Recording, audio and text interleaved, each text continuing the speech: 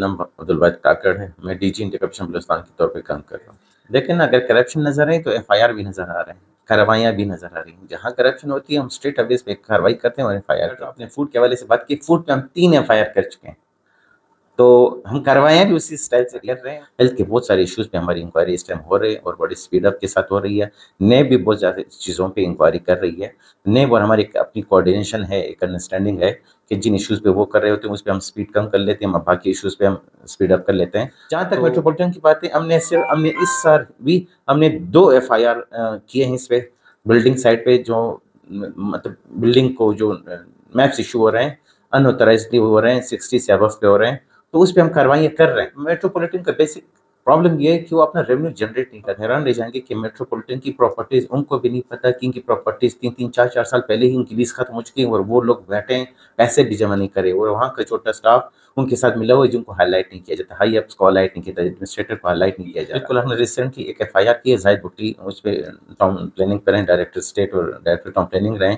اس پہ ریسنٹلی ہم نے ہزار کنجی کے 26 پلاٹس جو ایلیگل انہوں نے ٹرانسفر کیے تھے فوج طریقے سے، ان کو ہم نے ایف آئی آر کی ہے۔ اب ایبسکاؤنڈر ہے کہیں ہے، ہم ابھی بھی ان کے پیچھے ابھی بل بیفور اریسٹ انہوں نے کی ہے۔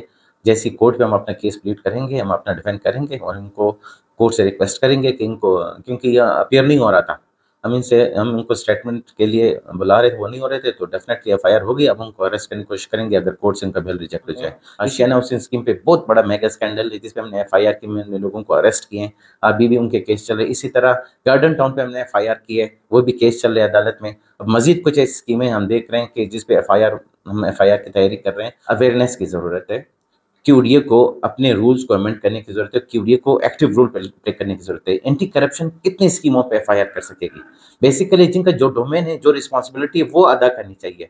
اب میں کتنی اسکیموں پہ میں ایف آئی آر کر سکوں؟ لوگوں کی گریوینسز بہت زیادہ، یہاں لوگوں نے اپنی جمع پونجی جو زندگی میں جمع کی ہوتی ہے وہ کسی اسکیم میں لگا لیتے ہیں اسی آسرے پہ کہ ان کو سر کا سہارا ملے گا، لیکن وہ پرابلم وہ اسکیم نکل جاتا ہے، وہ دھوکہ دے جاتے ہیں۔ پرابلم یہ ڈومین آتا ہے کیو ڈی اے کا۔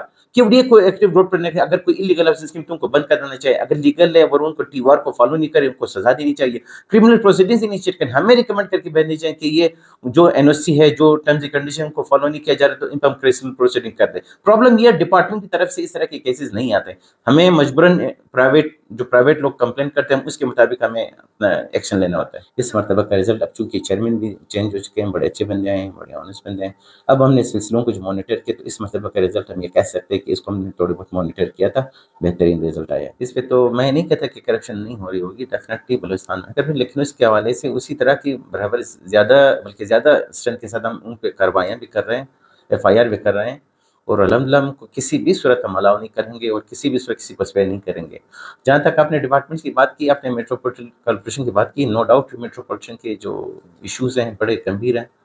ان پہ ایک دفعہ ہمارے پہلے بھی ایک انکوائری رپورٹ ہم جمع کر چکے ہیں جس پہ ہم نے بڑی ریکمنڈیشنز دی تھی۔ میٹروپولیٹن کا بیسک پرابلم یہ ہے کہ وہ اپنا ریونیو جنریٹ نہیں کرتا۔